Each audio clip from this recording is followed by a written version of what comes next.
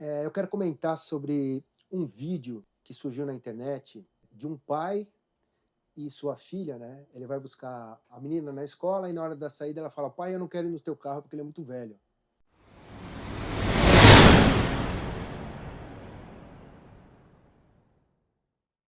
E o pai fala: tá bom então vamos a pé. Dá a mão para ela e os dois seguem pela calçada, né? Ela com a mochilinha dela, tal, mas daqui a pouco, ô pai, tô cansada, tal. Mas nós deixamos o carro lá, né? Temos que ir a pé. Ela, daqui a pouco, pai, tô com fome. Ele, puxa, eu podia comprar um sanduíche para você, mas eu tenho que juntar dinheiro para comprar um carro novo para nós. Essa é uma questão que está muito em voga, né, que é a questão dos limites. A gente conseguir meios criativos, não autoritários, não ofensivos, de dar limite. A gente está precisando desse novo jeito.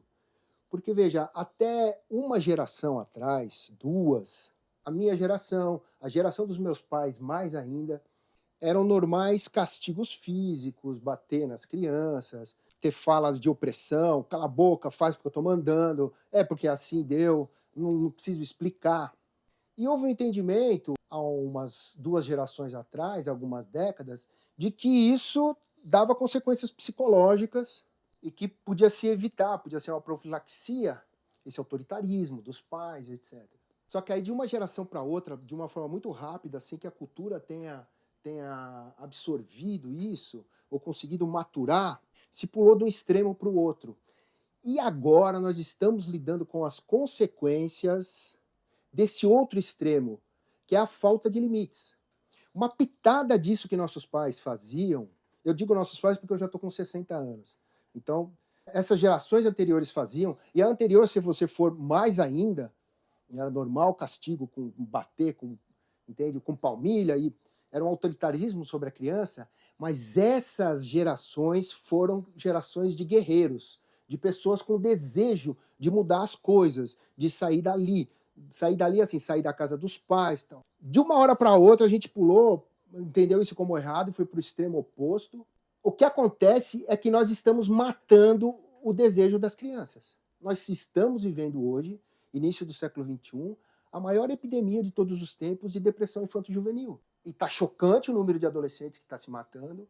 É um assunto seríssimo, que está aparecendo na clínica, pessoas afetadas, porque jovens de 21, 20 e poucos anos, estão tirando a própria vida, e a gente precisa entender o que está acontecendo. Porque isso não acontecia dessa forma como está acontecendo agora, não. Essa geração está com uma série de facilidades. Muitas vezes, nessa idade, nas gerações anteriores, as pessoas já estavam trabalhando, tinham que trabalhar.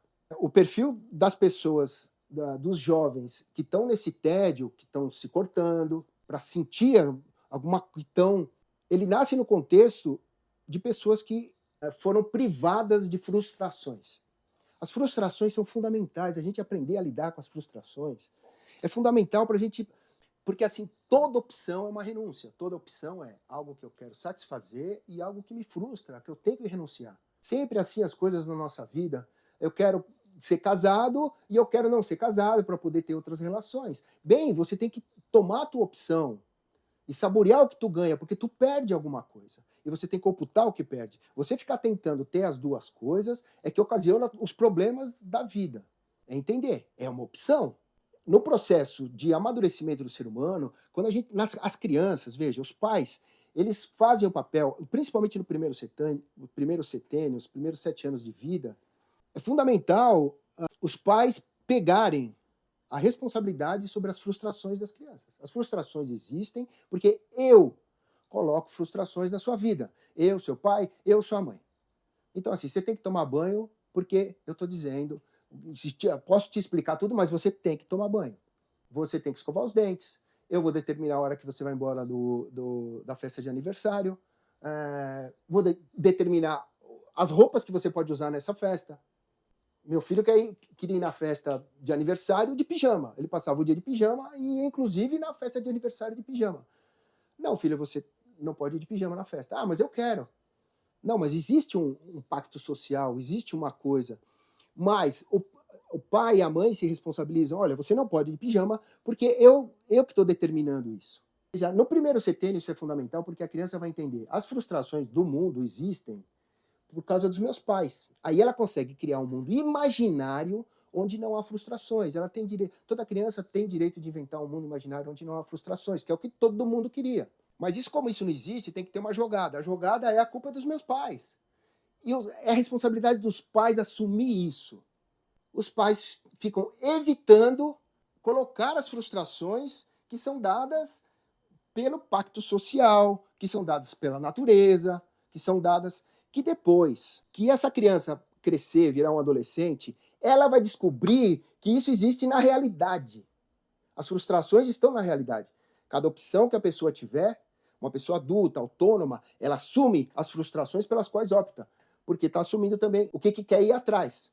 Está assumindo suas perdas. Se é de um jeito, paga as consequências de ser. Se vai mudar, também. Sempre há frustrações com as quais a gente precisa lidar. Sempre há separações, há lutos, frustrações. Se a gente não souber lidar com frustrações, a gente não consegue trabalhar. Porque é essa dualidade. Um lado meu quer trabalhar, quer ter dinheiro, quer ter uma carreira profissional e etc. E um lado meu quer ficar em casa, não quer trabalhar, quer que alguém me sustente. Sim, esses dois lados existem. Os desejos não pensam, os desejos desejam. E eles aparecem em pares excludentes. Ser adulto é você passar a ter essa opção. Entende? É claro que, por exemplo, no caso do meu filho que eu falei, eu disse, você tem que ir com uma roupa. Assim, assim. Ó, tu pode ir de shorts. Fiz alguns conjuntos de roupa que ele pode escolher para ir para a festa. Ele tem uma opção, mas dentro daquilo. Porque ele estava numa de, será que eu posso tudo? Por isso eu achei interessante trazer essa história desse pai e dessa filha, porque esse pai conseguiu desenvolver um limite sem ser autoritário.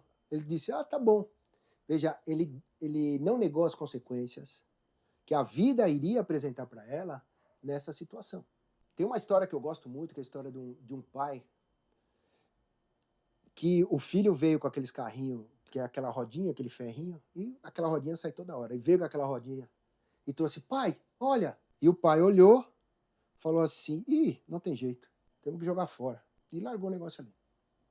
O menino, opa, puxa vida, mas eu gosto, como jogar fora? Pegou sozinho, foi lá, e obviamente, aquela é uma coisa muito simples, conseguiu encaixar a rodinha. E veio, pai, olha, eu consertei. Ele falou, poxa, que legal que você consertou, eu ia jogar fora. E o menino se sentiu todo orgulhoso. É desse momento em que eu abro mão de resolver o problema para a criança. Olha que lindo, esse cara foi muito mais pai do que aquele que pega e resolve, deixa que eu resolvo para você, porque aí eu sou o herói. Eu sou o cara que fez para você. Estou enaltecendo meu ego e diminuindo o dele. O pai que falou não tem jeito, diminuiu o seu ego, não se colocou de salvador. Tudo que eu quero é ser o super-herói do meu filho. Esse clichê aí. Ele não quis ser o salvador do menino. Ele deu a oportunidade do menino crescer o ego dele, porque era muito oportuno. Ele deixou faltar.